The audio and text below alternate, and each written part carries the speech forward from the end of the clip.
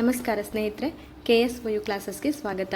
ಪ್ರಥಮ BA ಅವರಿಗೆ ರಾಜ್ಯಶಾಸ್ತ್ರದಲ್ಲಿರುವಂತಹ ಒಂದು ಇಂಪಾರ್ಟೆಂಟ್ ಚಾಪ್ಟರ್ ಬಗ್ಗೆ ನಾನು ಇವತ್ತು ಕ್ಲಾಸ್ ತಗೊಳ್ತೇನೆ.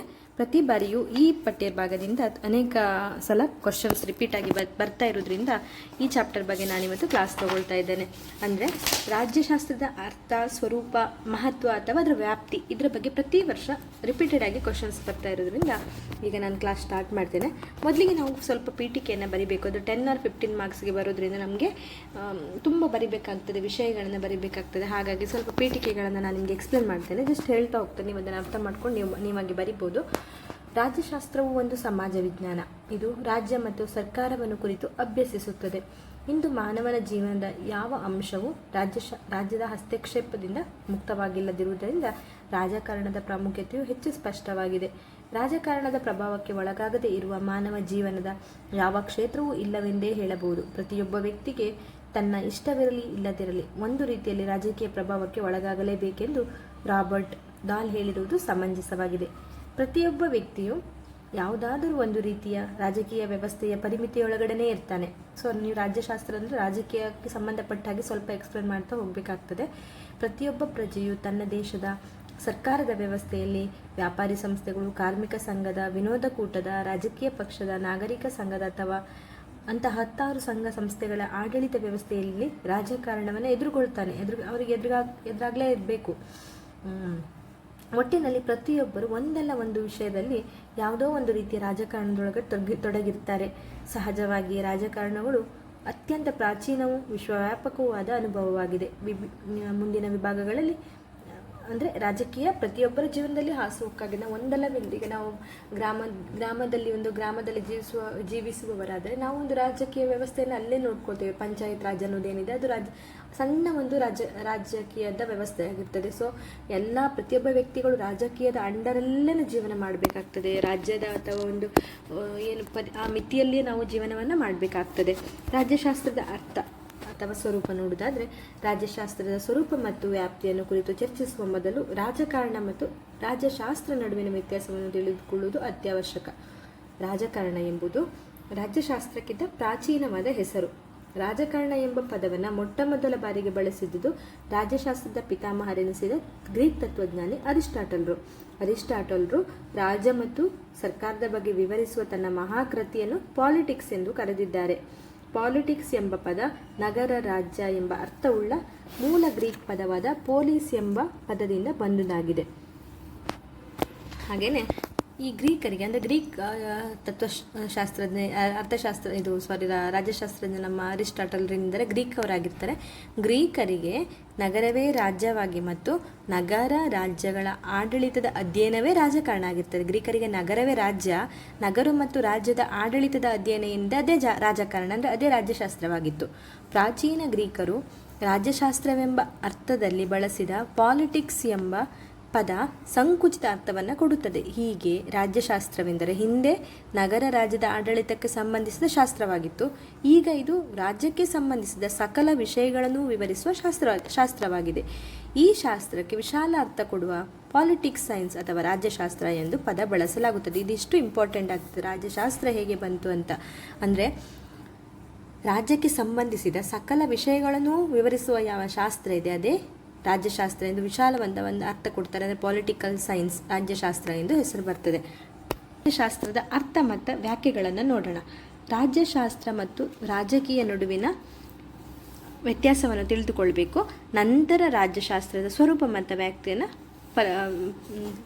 ಬರಿಬೇಕಾಗ್ತದೆ. ರಾಜ್ಯಶಾಸ್ತ್ರಕ್ಕೆ ಒಂದು ನಿರ್ದಿಷ್ಟ ಖಚಿತವಾದ ಮತ್ತು ಪರಿಪೂರ್ಣ ವ್ಯಾಖ್ಯೆಯನ್ನು ಕೊಡಲು ಸಾಧ್ಯವಿಲ್ಲ. ರಾಜ್ಯಶಾಸ್ತ್ರದ ಕೆಲವು ಮುಖ್ಯ ವ್ಯಾಖ್ಯೆಗಳು ಹೀಗಿವೆ. ಅದಕ್ಕೊಂದು ಪರಿಪೂರ್ಣವಾದ ವ್ಯಾಖ್ಯೆ ಕೊಡಲಿಕ್ಕೆ ಆಗುವುದಿಲ್ಲ. ಆದರೆ ಒಂದು ಸ್ವಲ್ಪ ಮುಖ್ಯ ವಾಕ್ಯಗಳನ್ನು ರಾಜ್ಯಶಾಸ್ತ್ರಜ್ಞರು ಕೆಲವರು ಏನೇನು ಹೇಳಿದ್ದಾರೆ ಅದರ ಬಗ್ಗೆ ತಿಳ್ಕೊಳ್ಳೋದಾದರೆ, ರಾಜ್ಯಶಾಸ್ತ್ರವು ರಾಜ್ಯದ ಮೂಲಾಧಾರಗಳು ಮತ್ತು ಸರ್ಕಾರದ ಮೂಲ ತತ್ವಗಳನ್ನು ಕುರಿತು ಅಧ್ಯಯನ ಮಾಡುವ ಸಮಾಜ ವಿಜ್ಞಾನದ ಒಂದು ಶಾಖೆ ಎಂದು ಹೇಳಿದ್ದಾರೆ.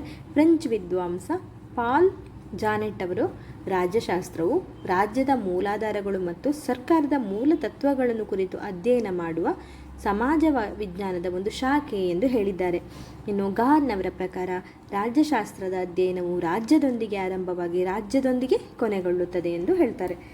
ಯಾರಿದು? ಗಾರ್ನವರ ಪ್ರಕಾರ. ನಾವು ಈಗ ರಾಜ್ಯಶಾಸ್ತ್ರದ ಫಸ್ಟು ನಾವೇನು ಬರಿಬೇಕು, ರಾಜ್ಯದ ಬಗ್ಗೆ ಒಂದು ಪೀಠಿಕೆ ಬರಿಬೇಕು, ರಾಜಕಾರಣಗಳೆಲ್ಲ ಬಗ್ಗೆ ಒಂದು ಸಣ್ಣದಾಗಿ ಪೀಠಿಕೆ ಬರಿಬೇಕು. ಆಮೇಲೆ ರಾಜ್ಯಶಾಸ್ತ್ರ ಎನ್ನುವಂಥ ವರ್ಡ್ ಹೇಗೆ ಉದ್ಭವ ಆಯಿತು ಅದರ ಬಗ್ಗೆ ನಾವು ಬರಿಬೇಕಾಗ್ತದೆ. ರಾಜ್ಯಶಾಸ್ತ್ರದ ಪೀಠಿಕೆ ಸ್ವಲ್ಪ ಬರಿಬೇಕು. ಯಾವುದೇ ಕ್ವಶನ್ಸ್ ಬಂದಾಗ ಈ ವಿಷಯದ ಬಗ್ಗೆ ಬಂದಾಗ ನಾವು ಸ್ವಲ್ಪ ಪೀಠಿಕೆಯನ್ನು ಬರಿಬೇಕಾಗ್ತದೆ. ನಾನು ಈಗಾಗಲೇ ಫಸ್ಟಿಗೆ ಹೇಳಿದ್ದೇನಲ್ಲ, ಅದನ್ನೆಲ್ಲ ಸ್ವಲ್ಪ ಬ್ರೀಫಾಗಿ ನೀವು ಎಕ್ಸ್ಪ್ಲೇನ್ ಮಾಡಿ. ಆಮೇಲೆ ರಾಜ್ಯಶಾಸ್ತ್ರ ಎನ್ನುವ ವರ್ಡ್ ಹೇಗೆ ಹುಟ್ಟಿಕೊಂಡು ಅರಿಸ್ಟಾಟಲ್ರವರು ಹೇಗೆ ಫಸ್ಟ್ ಕರೆದ್ರು, ಅದನ್ನು ಯಾವ ವರ್ಡ್ ಪೊಲೀಸ್ ಎನ್ನುವಂಥ ಗ್ರೀಕ್ ಪದದಿಂದ ಬಂದಿದೆ ಅಂತ ಹೇಳಿದ್ದಾರೆ, ಅದನ್ನೆಲ್ಲ ಎಕ್ಸ್ಪ್ಲೇನ್ ಮಾಡಬೇಕು. ಆಮೇಲೆ ರಾಜ್ಯಶಾಸ್ತ್ರದ ಅರ್ಥ ಮತ್ತು ವ್ಯಾಖ್ಯೆಗಳನ್ನು ಬರಿಬೇಕು. ಈಗ ವ್ಯಾಖ್ಯೆಗಳು ಬರಿಬೇಕಂದಾಗ ಇಲ್ಲಿ ತುಂಬ ಕೊಟ್ಟಿದ್ದಾರೆ ವ್ಯಾಖ್ಯೆಗಳು. ತುಂಬ ನಮ್ಮ ಏನು ವಿದ್ವಾಂಸರಿದ್ದಾರೆ ಅವರೆಲ್ಲರೂ ಹೇಳಿದ್ದಾರೆ, ವ್ಯಾಖ್ಯೆಗಳನ್ನು ಕೊಟ್ಟಿದ್ದಾರೆ. ನೀವೆಲ್ಲ ವ್ಯಾಖ್ಯೆಗಳನ್ನು ಬರೀಲಿಕ್ಕೆ ಅಥವಾ ನೆನ್ಪಿಟ್ಕೊಳ್ಳಿಕ್ಕೆ ಕಷ್ಟ ಆಗ್ತದೆ ಅಂತಾದರೆ ಯಾವುದಾದ್ರೂ 2 ಈಸಿ ಇರುವಂತಹ 2 ಅಥವಾ 3 ನಿಮ್ಗೆ ಇಷ್ಟ ಈಸಿ ಇರುವಂಥದ್ದನ್ನು ಕಲಿಬೋದು. ಹಾಗಾಗಿ ನಾನು ಇಲ್ಲಿ ಈಸಿ ಇರುವಂಥ ತುಂಬ ಕೊಟ್ಟಿದ್ದಾರೆ. 1 2 3 4 5 6 ಹೇಳಿದ್ದಾರೆ. ಈಗ 6 ನೆನ್ಪಿಟ್ಕೊಳ್ಳಿಕ್ಕಾಗಲ್ಲ ಅಂತಹ ಪಕ್ಷದಲ್ಲಿ ನಾನೊಂದು 3 ವಿಷಯನ ಹೇಳ್ತೇನೆ ನಿಮಗೆ ಈಸಿ ಇರುವಂಥದ್ದು. ಈಗ ಗಾರ್ನವರ ಪ್ರಕಾರ ಬರಿಬೋದು, ರಾಜ್ಯಶಾಸ್ತ್ರದ ಅಧ್ಯಯನವು ರಾಜ್ಯದೊಂದಿಗೆ ಆರಂಭವಾಗಿ ರಾಜ್ಯದೊಂದಿಗೆ ಕೊನೆಗೊಳ್ಳುತ್ತದೆ, ಗಾರ್ನವರ ಪ್ರಕಾರ ಅಂತ ಇದು ಒಂದು ಬರಿಬಹುದು. ಇನ್ನೊಂದು ಲೀಕಾಕ್ರವರು ಏನು ಹೇಳಿದ್ದಾರೆ ಅಂದರೆ ಅರ್ಥ ಅಥವಾ ವ್ಯಾಖ್ಯೆಗಳನ್ನು ಏನು ಹೇಳಿದ್ದಾರೆ. ರಾಜ್ಯಶಾಸ್ತ್ರ ಅಂದರೆ ಸರ್ಕಾರದ ಕಾರ್ಯಗಳನ್ನು ಕುರಿತು ಅಧ್ಯಯನ ಮಾಡುವ ಶಾಸ್ತ್ರವೇ ರಾಜ್ಯಶಾಸ್ತ್ರ. ನಮ್ಗೆ ಅದರಲ್ಲೇ ಗೊತ್ತಾಗ್ತದೆ, ರಾಜ್ಯ ಅಂದರೆ ಅದೊಂದು ಸರ್ಕಾರ ಅಲ್ಲ.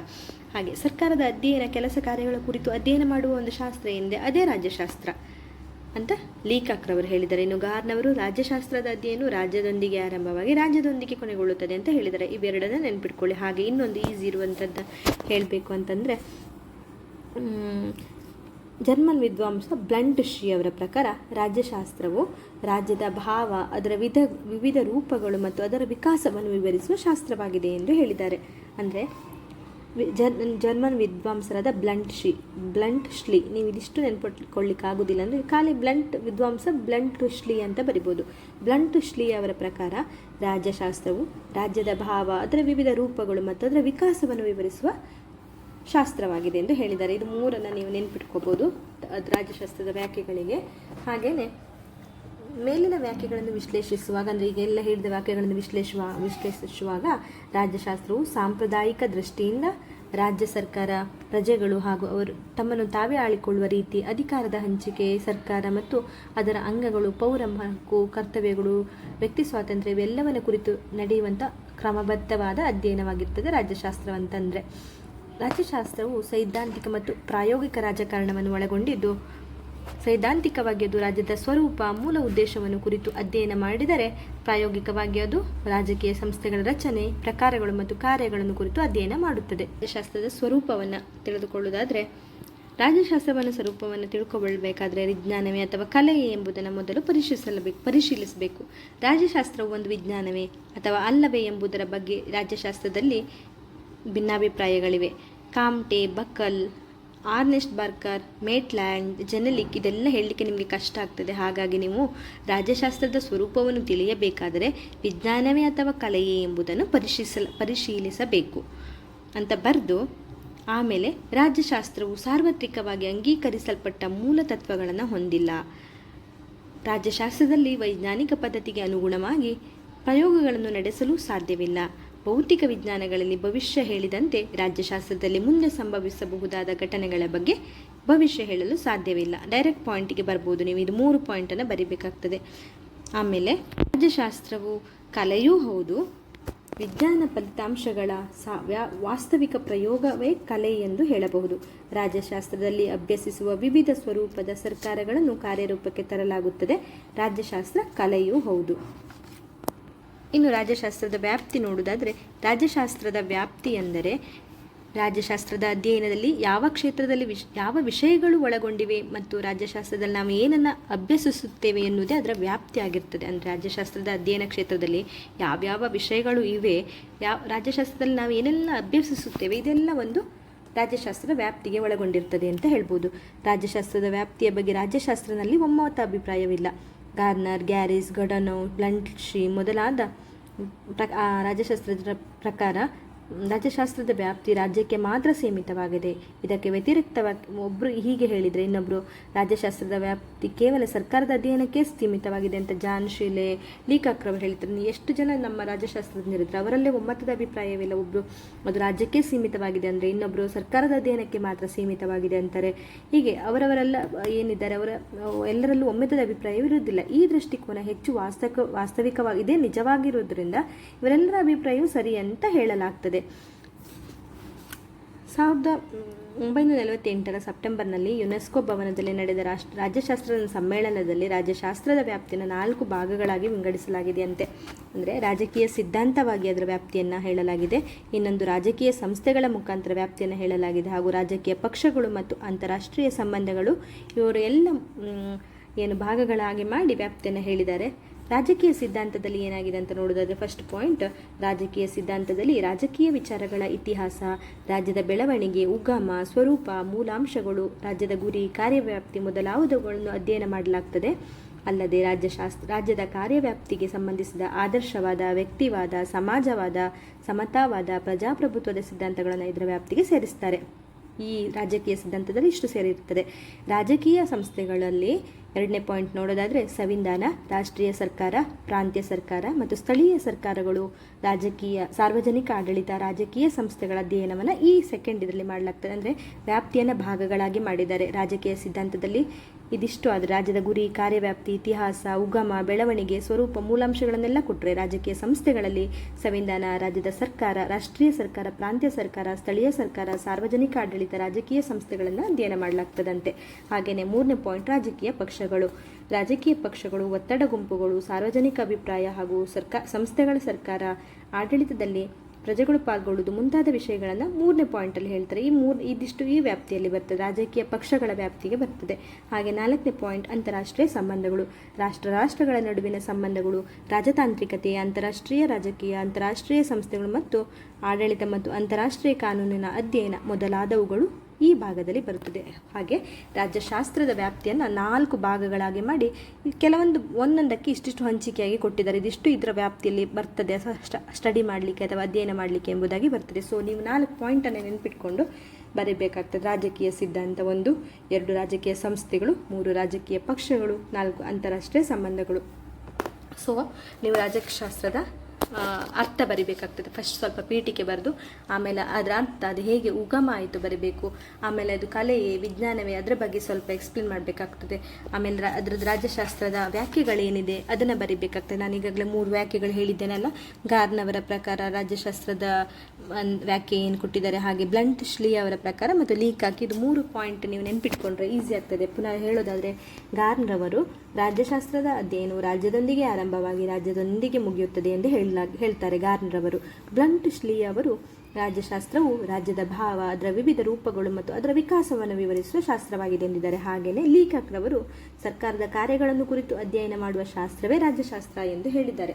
ಸೊ ಹೀಗಾಗಿ ನೀವು ಇದಿಷ್ಟನ್ನು ಬರೀಬೇಕಾಗ್ತದೆ. ಇದು 3 ಪಾಯಿಂಟ್ ರಾಜ್ಯಶಾಸ್ತ್ರದ ಅರ್ಥ ಅಥವಾ ರಾಜ್ಯಶಾಸ್ತ್ರ ಸ್ವರೂಪ ಹೇಳಬೇಕಾಗ್ತದೆ. ಆಮೇಲೆ ಸ್ವರೂಪ ಅಂದರೆ ಅದು ವಿಜ್ಞಾನವೇ, ಕಲೆಯೇ ಏನಂತ ಹೇಳ್ತಾರೆ. ಆಮೇಲೆ ಲಾಸ್ಟಿಗೆ ಅವರು ರಾಜ್ಯಶಾಸ್ತ್ರ ಕಲೆಯೂ ಹೌದು, ವಿಜ್ಞಾನವೂ ಹೌದು, ವಿಜ್ಞಾನಗಳ ಫಲಿತಾಂಶಗಳ ಪ್ರಾಯೋಗಿಕ ವಾಸ್ತವಿಕ ಪ್ರಯೋಗವೇ ಕಲೆ ಎಂದು ಹೇಳ್ತಾರೆ. ರಾಜ್ಯಶಾಸ್ತ್ರದಲ್ಲಿ ಅಭ್ಯಸಿಸುವ ವಿವಿಧ ಸ್ವರೂಪದ ಸರ್ಕಾರಗಳನ್ನು ಕಾರ್ಯರೂಪಕ್ಕೆ ತರಲಾಗ್ತದೆ ಅಂತ ಹೇಳಿದ್ದಾರೆ. ಸೊ ಸ್ವರೂಪ ಆದಮೇಲೆ ನೀವು ಸ್ವಲ್ಪ ಅದರ ವ್ಯಾಪ್ತಿಯನ್ನು ಬರೀಬೇಕು. ವ್ಯಾಪ್ತಿಯಲ್ಲಿ ಏನು 4 ಪಾಯಿಂಟ್ ಹೇಳಿದ್ದೇನೆ, ಈ 4 ಪಾಯಿಂಟ್ ರಾಜಕೀಯ ಸಿದ್ಧಾಂತ, ರಾಜಕೀಯ ಸಂಸ್ಥೆಗಳು, ರಾಜಕೀಯ ಪಕ್ಷಗಳು ಮತ್ತು ಅಂತಾರಾಷ್ಟ್ರೀಯ ಸಂಬಂಧಗಳು, ಇದು 4 ಪಾಯಿಂಟ್ಸ್ ಏನಿದೆ ಇದು ನೆನ್ಪಿಟ್ಕೊಂಡು ನೀವು ಸ್ವಲ್ಪ ಎಕ್ಸ್ಪ್ಲೇನ್ ಮಾಡಬೇಕಾಗ್ತದೆ. ರಾಜ್ಯಶಾಸ್ತ್ರದ ಬಗ್ಗೆ ನಿಮ್ಗೇನು ಗೊತ್ತಿದೆ, ಅದರಿಂದ ಪ್ರಯೋಜನಗಳು ಏನಿದೆ, ನಿಮಗೆ ಏನು ರಾಜ್ಯಶಾಸ್ತ್ರದ ಬಗ್ಗೆ ಅರಿವಿದೆ, ಅದರ ಬಗ್ಗೆ ಎಲ್ಲ ಸ್ವಲ್ಪ ನೀವು ಬ್ರೀಫಾಗಿ ಎಕ್ಸ್ಪ್ಲೇನ್ ಮಾಡ್ತಾ ನಾನು ಏನು ಪಾಯಿಂಟ್ ಹೇಳಿದ್ದೀನಿ ನೀವು ಅದನ್ನು ಸಪ್ರೇಟ್ ಬರೀಬೇಕಾಗ್ತದೆ. ವ್ಯಾಪ್ತಿ ಬರೀರಿ, ಅರ್ಥ ಬರೀರಿ, ಪೀಠಿಕೆ ಬರೀರಿ, ರಾಜ್ಯಶಾಸ್ತ್ರ ವರ್ಲ್ಡ್ ಪದ ಆರಂಭವಾದದ ಬಗ್ಗೆ ಬರೀರಿ. ಹಾಗೆ ಇದಿಷ್ಟು ಎಕ್ಸ್ಪ್ಲೇನ್ ಮಾಡಿ ಸ್ವಲ್ಪ ಫಿನಿಶಿಂಗ್ ಸ್ವಲ್ಪ ನೀವು ಸಾರಾಂಶವನ್ನು ಬರೀಬೇಕಾಗ್ತದೆ. ಧನ್ಯವಾದಗಳು ಸ್ನೇಹಿತರೆ.